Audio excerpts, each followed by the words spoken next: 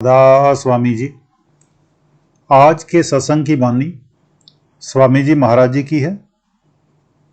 सत्संग के वचन। पूरन दिया गुरु जब करई, भक्ति पदार्थ जब ही मिलई। जे भी जोग मेहर से होगा, दया मेहर बिन जानो धोखा। जब शिष्य की मोहब्बत पूर्णता पर आ गई तो पर्दा खुल गया। फरमाते हैं कि पूरे गुरु का मिलना, शिष्य में प्रेम का आना मामूली कर्मों का नतीजा नहीं।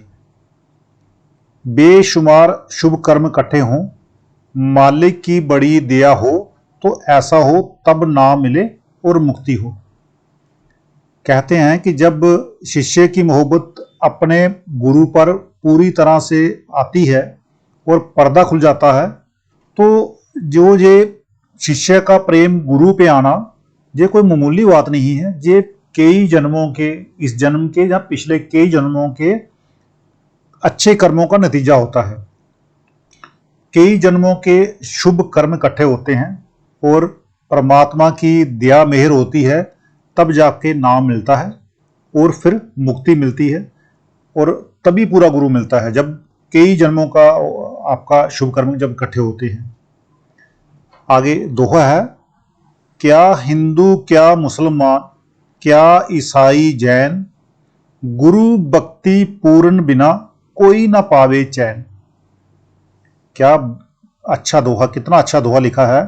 चाहे कोई हिंदू हो, चाहे कोई मुसलमान हो, चाहे कोई ईसाई हो, जैन हो, दुनिया के किसी भी धर्म से कोई भी हो, जब तक गुरु भक्ति नहीं होती है, चाहे वो मुसलमान होके करो, चाहे आप ईसाई होके करो, चाहे आप किसी भी देश में हो, चाहे अमेरिका में है, चाहे अफगानिस्तान में है, चाहे हिंदुस्तान में है, चाहे पाकिस्तान में, कहीं भी हो आप, पूरी दुनिया के कहीं भी किसी भी कोने में है, जब तक आपका गुरु के प्रति प्यार नहीं होता है, जब तक गुरु की भक्ति तभी होती है जब गुरु के साथ आपका प्यार होता है, और तभी आपको चैन मिलता है। ये कानून सारी दुनिया के लिए बराबर है। और वो क्या कानून है कि जब भी मुक्ति मिलेगी, किसी कामिल मुर्शिद के जरिए ही मिलेगी। क्या अच्छा सत्संग में लिखा है कि जब भी मुक्ति मिलेगी, कामिल मुर्शिद मतलब होता है कि पूर्ण संत, पूरे गुरु के बिना मुक्ति मिलना मुश्किल, क्या मिल ही नहीं सकती है। तो उसके मुक्ति के लिए पूरा गुरु चाहिए। फिर आगे लिखते हैं, प्रथम सीढ़ी है गुरु भक्ति, गुरु भक्ति बिन काज न रत्ती। पहली सीढ़ी जो है वो क्या है? गुरु भक्ति है। और जब वो पहली सीढ़ी आप गुरु भक्ति के साथ जुड़ेगी, तभी आपका आगे की जो मंजिलें हैं वो आप चढ़ पाओगे। गुरु बिना तो एक रत्ती भी आपका भक्ति का कोई फल नहीं, रत्ती भर भी फल नहीं मिलेगा। इसलिए गुरु भक्ति चाहिए ही चाहिए। परमार्थ का पहला दर्जा गुरु भक्ति है। अगर गुरु से प्रेम नहीं तो आगे राह नहीं मिलती। फिर आगे कहते हैं, और उपाय अनेकन करते, गुरु भक्ति को मुख्य न रखते। यही कसर है सबके मत में, सिद्धांत न पावे ओछे चित में।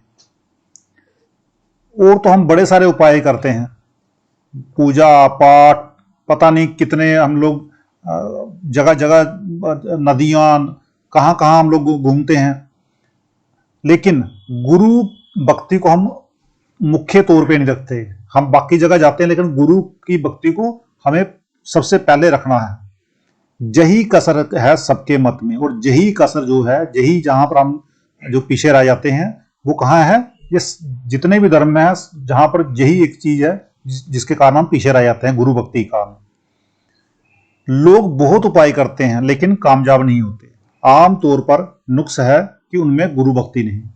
लोग चाहते हैं कि किसी और उपाय से मालिक मिल जाए, लेकिन किसी और उपाय से वह मिलता नहीं। इसलिए गुरु भक्ति सबसे पहले गुरु भक्ति है, प्रथम तौर पे गुरु भक्ति है। आगे दोहा है, गुरु भक्ति दृढ़ के करो, पीछे और उपाय, बिन गुरु भक्ति मोह जग कभी न काटा जाए। मोटे बंधन जगत के गुरु भक्ति से काट, जीने बंधन चित्त के कटे नाम प्रताप।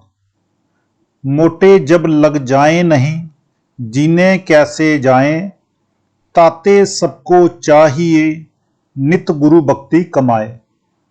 एक जन्म गुरु भक्ति कर जन्म दूसरे नाम, जन्म तीसरे मुक्ति पद चौथे में निजदाम। बहुत ही अच्छा दोहा लिखा हुआ है यहाँ पर। अगर गुरु का इश्क और प्यार शिष्य के हृदय में पूर्ण हो जाए तो बाकी सब प्रेम कर जाते हैं। अगर बहुत से नलों से बहने वाला पानी एक नल में आ जाए तो उसका प्रवाह कितना जोरदार और फायदेमंद हो जाता है। अब कहते हैं कि गुरु को हमारे प्यार की जरूरत नहीं, जिस तरह शीशे को जरूरत नहीं कि उसे देखें।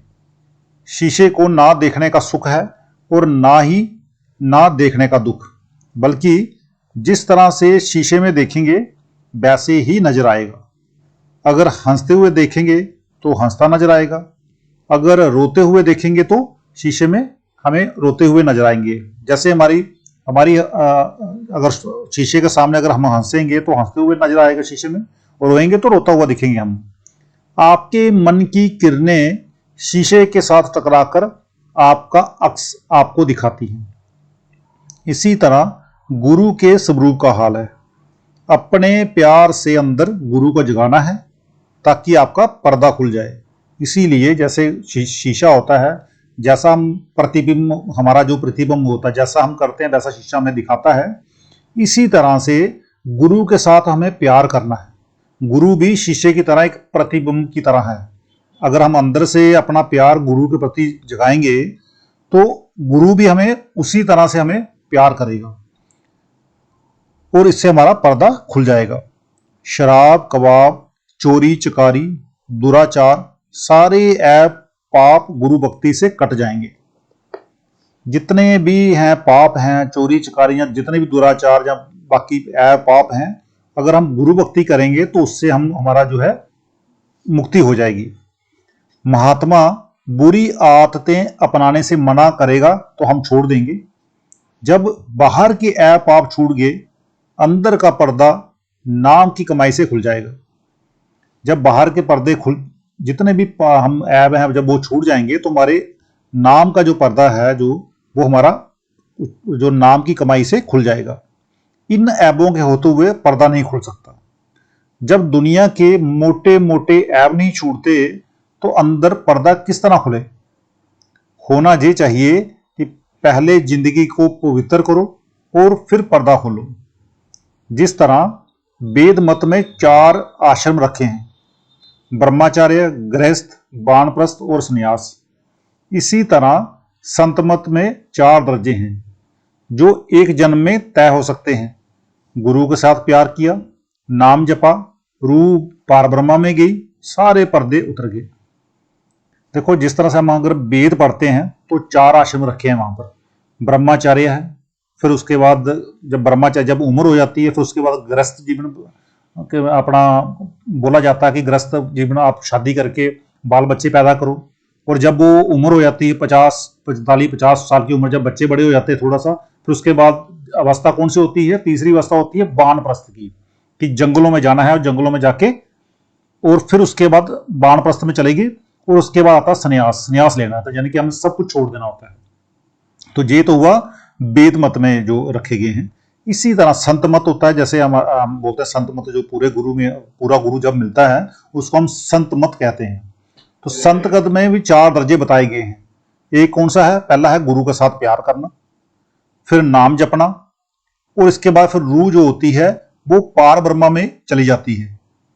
और फिर उसके बाद जब रूह हमारी पार ब्रह्मा में पहुंच जाती है तो उसके बाद सारे हमारे जो पर्दे होते हैं वो उतर जाते हैं। फिर नाम की लज्जत आ जाती है, फिर अमृत पीते हैं और फिर रूह सचखंड में पहुंच जाती है। अगर पूरा काम नहीं बना तो फिर जन्म मिलेगा। 4 जन्मों से ज्यादा संत नहीं देते। ज्यादा क्या होता है 4, लेकिन होता क्या है कि आपको जब भी मिलेगा, शरीर मिलेगा तो मनुष्य जन्म ही मिलेगा जिसको नाम शब्द मिला है। अगर उसने अभी नाम शब्द की जहां गुरु के साथ प्यार नहीं किया, नाम शब्द नहीं जपा, तो उसको फिर 4 जन्म, ज्यादा 4 जन्म उसको लेने पड़ेंगे। लेकिन क्यों ना ये काम इसी जन्म में खत्म कर ले। हम क्यों दूसरा जन्म या तीसरा जन्म या चौथे जन्म का इंतजार करें? क्यों ना इसी जन्म में हम नाम भी जपें, गुरु के साथ प्यार भी करें, रूह को परब्रह्मा में पहुंचाएं, और हमारे सारे जब पर्दे खुल जाएंगे उसके बाद हमारी नाम की जो लज्जत है वो आ जाएगी। जो नाम की लज्जत है उसका तो वर्णन करना ही असंभव है, हम कर ही नहीं सकते। इस दुनिया में जितने भी स्वाद हैं, जितनी भी लज्जतें हैं, वो हमने चखी हैं, लेकिन वो जो लज्जत है उसको बयान करना नामुमकिन है। क्योंकि जब हम लोगों ने जब उसका नाम स्वाद चखा ही नहीं, तो वर्णन किस तरह से किया जाए? क्योंकि वो इस दुनिया में उस तरह की कोई लज्जत है ही नहीं। उसका जब वो आती है उसके बाद अमृत पीते हैं, और उसके बाद जो हमारी रूह है वो सचखंड में पहुंच जाती है। अब आगे कहते हैं, अब आरत गुरु करूं संवारा, काया थाल मन दीपक बारा, भक्ति ज्योत और भोग अनुरागा, दृष्टि जोड़ चित चरणन लागा, जो आरत अब करी बनाई, सतगुरु पूरे रहें सहाई।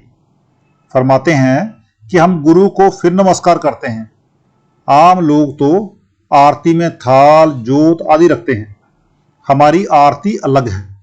हमें वजूद यानी शरीर का थाल बनाना है, मन का दिया रोशन करना है, दीनता और भक्ति की जोत जलानी है, फिर इसमें इश्क और प्रेम की मिठाई रखनी है। यानी कि इसका मतलब यह है कि हमें क्या करना है, सबसे पहले गुरु को मन ही मन नमस्कार करना है, सत्कार करना है। आम लोगों की तरह हमें थाल में थाल रख के उसमें जोत दिया वगैरह नहीं जलाना है। हमारी आरती जो है वो अलग है, अलग किस्म की है। हमें अपने शरीर का थाल बनाना है, हमें अपने शरीर को एक थाल की तरह समझना है, और मन का दिया हमें रोशन करना है। और हमें जब गुरु के साथ प्यार करके अंदर से दीनता, उसके साथ हमें भक्ति की जोत जलानी है, और वो अश्रुपूर्ण यानी कि आंसू से परिपूर्ण आपकी जो अंदर से जो भक्ति होती है वो जो जलनी चाहिए। फिर इसमें इश्क और प्रेम की मिठाई रखनी चाहिए। तो ये एक दिया गया है किस तरह से रखना है। हमें बहुत प्यार करना है गुरु के साथ, और इससे हमारी जो होती है वो मुक्ति होगी। तो आज का सत्संग इतना ही, मिलते हैं कल के सत्संग में। राधा स्वामी जी।